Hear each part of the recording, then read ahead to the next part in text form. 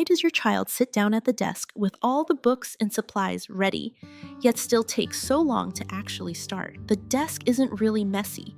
Everything is there. Yet, your child just sits fiddling with a pen, opening a book, then closing it again. You watch tired and impatient, quietly wondering if you're missing something or doing something wrong. The problem usually isn't that your child lacks discipline or that you haven't tried hard enough. It's that the way school supplies are arranged forces your child to think too much before learning even begins. Before the lesson starts, their brain is already choosing, searching, and deciding. In this video, I'll walk straight through 7 simple but purposeful ways to organize school supplies. Small changes that help your child sit down and start right away and allow you to step back instead of hovering every evening.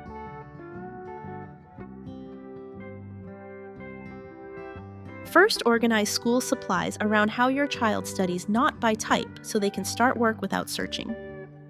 Many parents organize school supplies in a familiar way. Pens in one place, rulers in another paper, somewhere else. It looks neat and easy to manage. But for a child, this setup is like getting ready for school while the shirt is in the closet, the backpack is in another room, and the shoes are by the door. Everything is technically in the right place, yet getting ready requires running back and forth. When a child sits at the desk, they're not thinking about where supplies are. They're thinking, I'm doing math. From there, they have to stand up, open drawers, choose a pen, and find a notebook. Each small step breaks focus, and by the time everything is ready, the urge to start has already faded. A child's brain spends energy on decisions that feel minor to adults. Choosing tools before learning even begins can drain that energy. That's why some days your child sits at the desk for a long time without starting, not from laziness but from decision fatigue. When nothing changes, the pattern repeats. Starting becomes slow frustration, builds faster, and focus drops sooner. You end up reminding more and sitting closer until studying feels heavy for both of you. Even when the work itself isn't hard, the solution can stay simple. Instead of organizing by supply type, organize around how your child studies. Each subject only needs a small set of tools to get started. Math might need 2 pens and a notebook. Physics, a different pen, a ruler, and its own notebook. You can also group by study tasks like note-taking or problem-solving. The goal is simple: open one group and start without searching. Once supplies are grouped this way, your child no longer has to gather materials before studying. The next step becomes important though, because if all these groups stay on the desk, the workspace will quickly feel overwhelming again. When studying starts to feel lighter, many parents notice something else too. The rest of the home feels heavy. Clutter builds quietly through seasons and old habits. In the next video, we'll reset the home after winter, not to make it perfect, but to step into a calmer phase with fewer things and less pressure.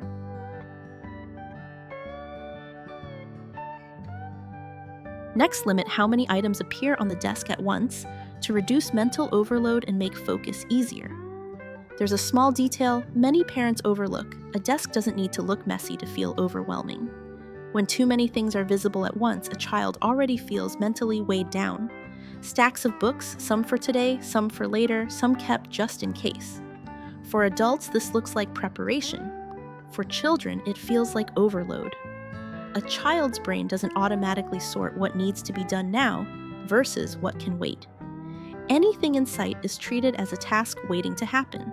So when a child sees multiple books and supplies at once, they don't think in order. They simply feel that studying will be exhausting. That feeling appears even before the book is opened. When this happens repeatedly, children start sitting at the desk for long periods without beginning. Not because they're lazy, but because they're trying to avoid that overwhelming feeling. You see procrastination. They feel pressure even when the work itself isn't hard. The solution doesn't require new shelves or containers. It starts with one clear rule: at any given time, the desk serves only one task. Before study time, decide together what your child is working on and leave only the items needed for that task. Everything else, even things needed later in the day, leaves the desk. Now the desk shows only one thing to do. The next question naturally follows: where should everything else go so your child can still reach it easily without refilling the desk?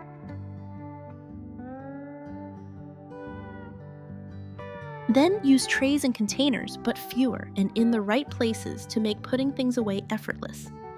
The more school supplies are divided into small sections, the neater the desk appears. Multi-compartment pencil cases, trays with separate slots, everything in its place. But when your child starts putting things away, the system doesn't work as smoothly as expected. Each time they have to pause and think about where something belongs.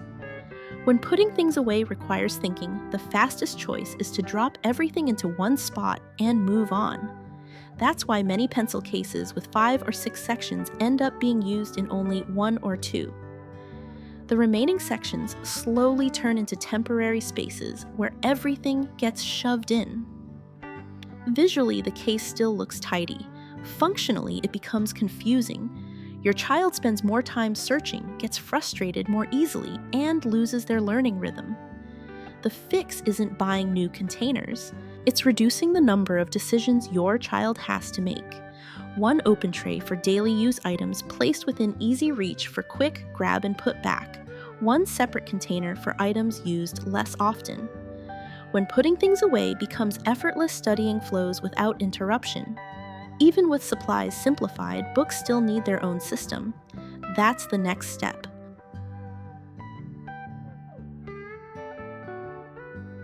Now, arrange books by frequency of use, not by size, so daily essentials are easy to reach. Children often avoid putting books back because the shelf itself creates friction. When every book requires multiple movements, sliding others aside, lining things up, pushing them back neatly, studying slows down before it even starts. These small repeated actions are enough to make a child feel tired before opening a book. People naturally avoid tasks that involve too many steps, especially children. When a book is squeezed between thick, heavy volumes, the brain labels that action as annoying. At first, your child still tries. Over time, books get left on the desk with the thought, "I'll put it away later." Eventually, the desk fills up and the shelf no longer reflects what your child is actually studying. This often happens when textbooks used daily are placed in the hardest to reach spots. After studying, your child avoids putting them back because it takes too much effort. Not because they're careless, but because the setup turns storage into work. The adjustment is simple: change the priority order. Books used every day go at arm level where they can be taken and returned in one motion. Reference books can sit lower or farther away. Leisure or extra reading books should have a separate area away from the main study space. At this point, studying is interrupted less by small physical actions. The next issue to address is mental load, because if your child still has to remember too many things, the tiredness will return quickly.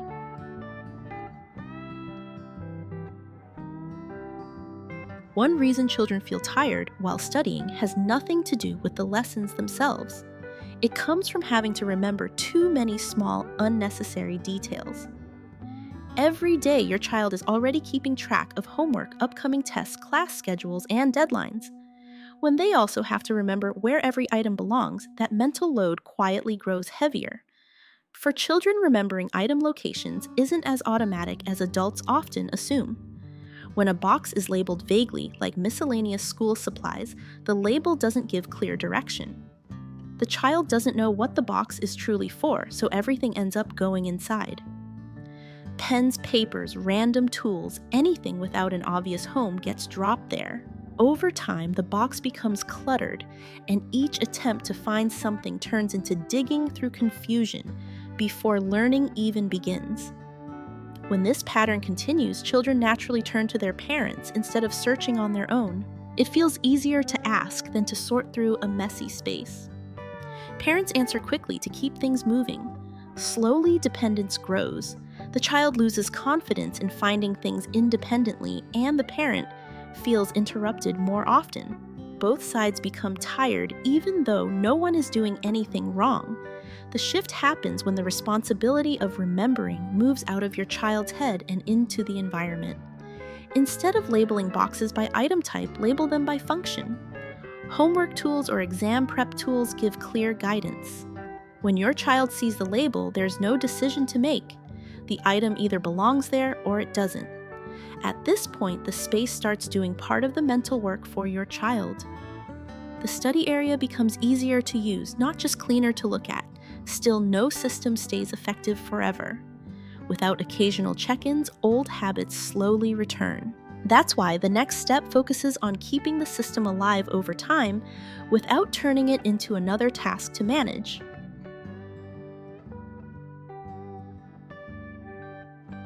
This tip is about regular check-ins to keep the system working over time and remove outdated items.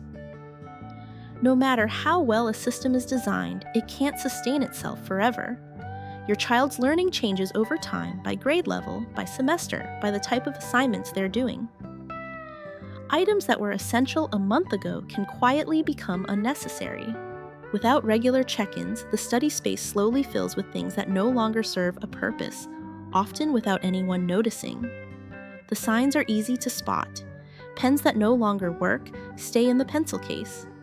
Books from completed subjects continue to take up space on the shelf. This isn't because you or your child are intentionally holding on to them. It happens because there was never a clear moment set aside to let them go. Over time, layers build up and the system that once worked starts to lose its effect. When outdated items remain, your child has to deal with more than necessary every time they study. They reach for a pen that doesn't write. They pull out a book and have to flip past materials that are no longer relevant.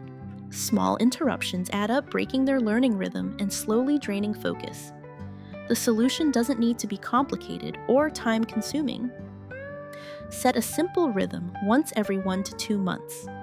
In just 10 to 15 minutes, you and your child do a quick review of the study space. Remove broken items, combine duplicates, and clear room for what's actually being used now. It doesn't need to be perfect, it just needs to happen regularly. When these check-ins become a light habit, the study system stays balanced. And this helps you avoid a very common frustration tidying up over and over again, yet still feeling like your child isn't studying any better.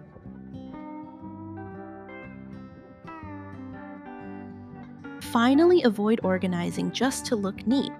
Organize to be used so your child can start studying without resistance. There's an easy trap to fall into, especially for parents who have already put a lot of effort into their child's study area. Organizing so it looks tidy instead of organizing so it works long term. The desk looks clean, colors are coordinated, everything sits neatly in place. But after just a few study sessions, things are scattered again, and it's hard to understand why. The problem is that the system serves appearance more than your child's real habits. When everything has to stay just right, your child has to be careful with every step, take something out, use it, then put it back perfectly. When studying always comes with that pressure, your child begins to avoid it, not because they dislike learning, but because they dislike the effort of maintaining perfection. This often shows up in desks that resemble images online. Every time your child sits down, there's a reset to do, first straightening books, lining up pens, moving items that don't belong. Learning hasn't even started, and they already feel tired. And once tired, procrastination follows. The adjustment isn't about organizing more, it's about changing the question. Instead of asking whether the desk looks neat, ask whether your child uses this item every day. Then ask whether they're willing to put it back without resistance. If the answer is no, the issue lies with the system, not with your child. An effective study space doesn't need to be beautiful. It just needs to be easy enough that your child feels comfortable sitting down, starting and returning to it day after day without pressure. When that happens, learning finally has room to grow.